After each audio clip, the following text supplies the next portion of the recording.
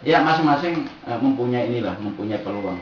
Dan sekali lagi ada yang mengatakan memang bisnis ini biasanya juga ada yang mengatakan, saya nggak ada keturunan bisnisnya, saya bukan orang Padang umpamanya gitu kan, ada yang begitu. Penghambat semua. Penghambat ya. Penghambat.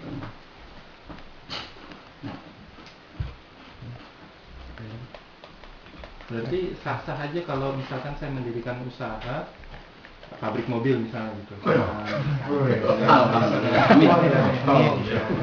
24 jam itu harus ngebul terus gitu uapnya gitu.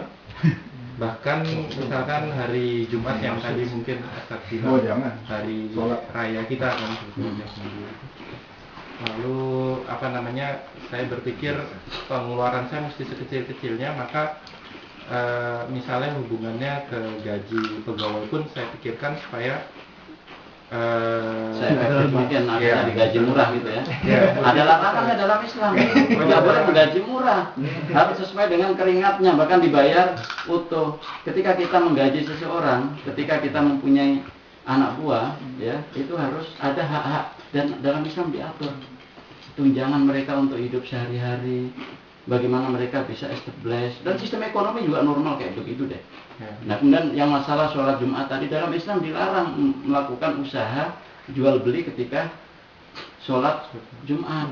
Jadi dibatasin waktunya sebelum Jumat. Kalau umpamanya kita membiarkan pabrik kita, usaha kita berjalan Jumat, ya berarti kita dari aspek syariahnya ada yang kita langgar dan lain sebagainya. Itu kan semuanya kita boleh melakukan apa saja kecuali yang dilarang. Makanya apa yang dilarang harus kita ketahui nih. Yang menggaji orang dengan kecil begitu dilarang karena mendalimi kan. Nah, mendalimi kan dilarang. Nah, itu. Kalau waktu istirahat malam digunakan untuk bekerja gimana? Ya selama itu tidak mendalimi, contohnya umpamanya sistem pergantian dan sebagainya, nggak ada masalah, nggak dilarang. Kata-kata mendalimi itu sangat umum dan sebenarnya kita sendiri yang bisa mendefinisikan gitu loh. Ya, mendefinisikan, menekan dan nyakitin orang. Ya makanya ada istilahnya etika bisnis, etika ataupun moral bisnis dalam Islam. Ketika kita membuat usaha apa saja ada etikanya. Nah etikanya itu sebenarnya nilai-nilai Islam itu sendiri gitu ya. Kalau yang masalah tadi Ustaz, saya belum terlalu paham yang misalkan petani dari daerah pedalaman dia mau menjual usahanya ke kota. Lalu katakanlah kita orang kota, kita lebih paham pasar, terus kita menawarkan jasa petani itu untuk sebenarnya bukan dari aspek sebenarnya kuncinya, substansinya itu jangan melakukan rekayasa harga pasar. Jadi sebenarnya dia melakukan itu dalam rangka mempengaruhi petani ataupun mempengaruhi harga tentang produk tersebut. Nah, kenapa kok Rasulullah melarang begitu? Kita pahami. Salah satu larangan-larangan tersebut sebenarnya intinya begini. Ketika kita membeli satu produk ataupun ketika kita menjual suatu produk, Islam kan sangat memperhatikan ataupun menganjurkan supaya harga barang itu relatif terjangkau kan, supaya daya belinya ada.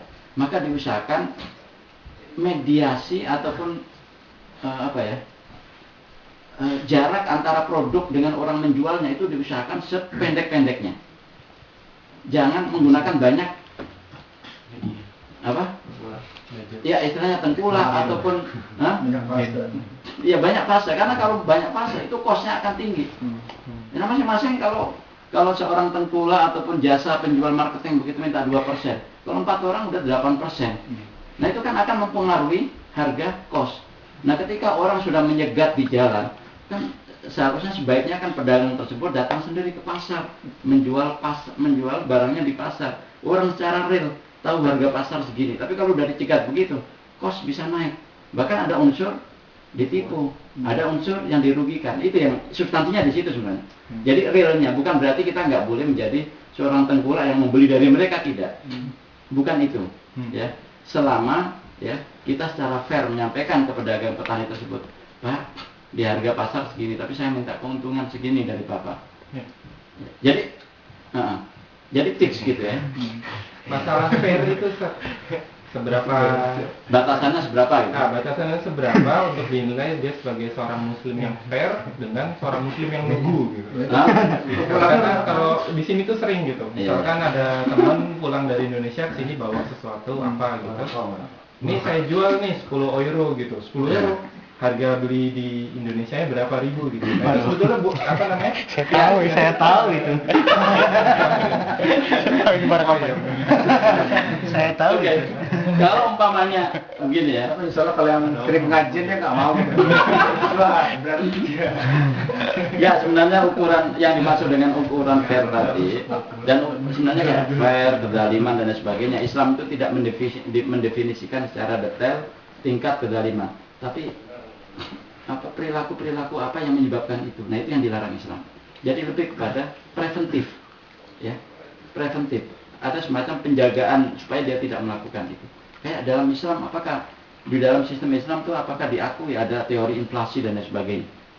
Nah, padahal inflasi itu muncul bukan disebabkan karena sistem Islam, bukan karena itu memang normal karena ekonomi, dan ekonominya disebabkan karena tidak menggunakan sistem Islam. Ya, jadi ya itu normal, inflasi terjadi begitu, penurunan nilai dan lain sebagainya. Nah, untuk masalah fair, ya contoh kasus yang bawa barang dari Indonesia kemudian dijual, saya tahu harga di sana segini, kenapa kamu jual begini? Ya, bayangkan kos saya segini, umpamanya mau cerita kayak begitu ya.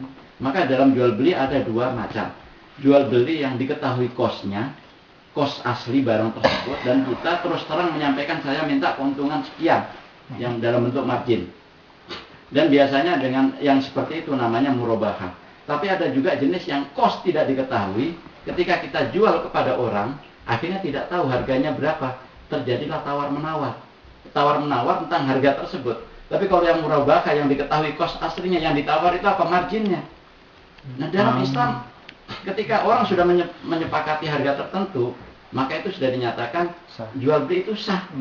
Ada proses tawar-menawar, itu kan fairnya di situ sebenarnya. Fairnya sebenarnya kerelaan seseorang untuk melakukan transaksi. Jadi nggak ada unsur paksaan. Lo mahal banget 10 euro, soalnya harganya cuma 5.000, cuma 10.000. Ya kalau nggak mau beli ya nggak apa-apa. Dia akan berpikir gitu kan.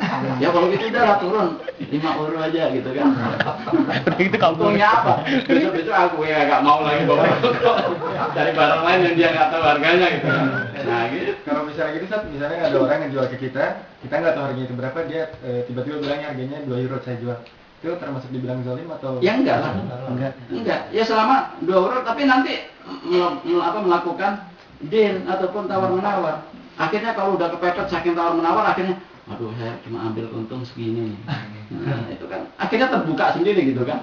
Menjadi ya jadi yang dimaksud dengan fair tadi, pernyataan seseorang untuk berlaku sahnya jual beli karena memang sudah ada pertemuan individu penerimaan harga ya, yang biasa disebut sebagai ijab dan qabul. Nah, itu prinsipnya. Ya. Kalau misalnya kita tahu si pembeli itu nggak tahu harga, kita ngasih harga yang rada tinggi, itu hitungannya penipuan gitu. Terus kita nggak ngasih tahu kita ambil untung berapa, jadi Ya. Oke. Ada kategori barang yang orang tidak tahu harganya gitu ya. Ya, tapi setiap pembeli itu dia akan menggunakan rasional dia. Walaupun dia nggak tahu harganya, dia mikir-mikir pasti.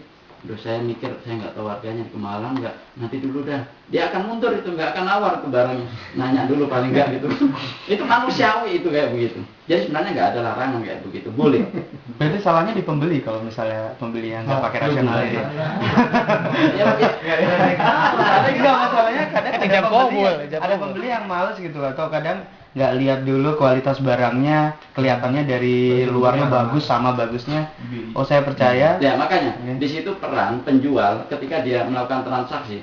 Ya sebenarnya penjual sebagai seorang muslim sebelum dia menjual saja itu sebenarnya sudah ada keterikatan moral.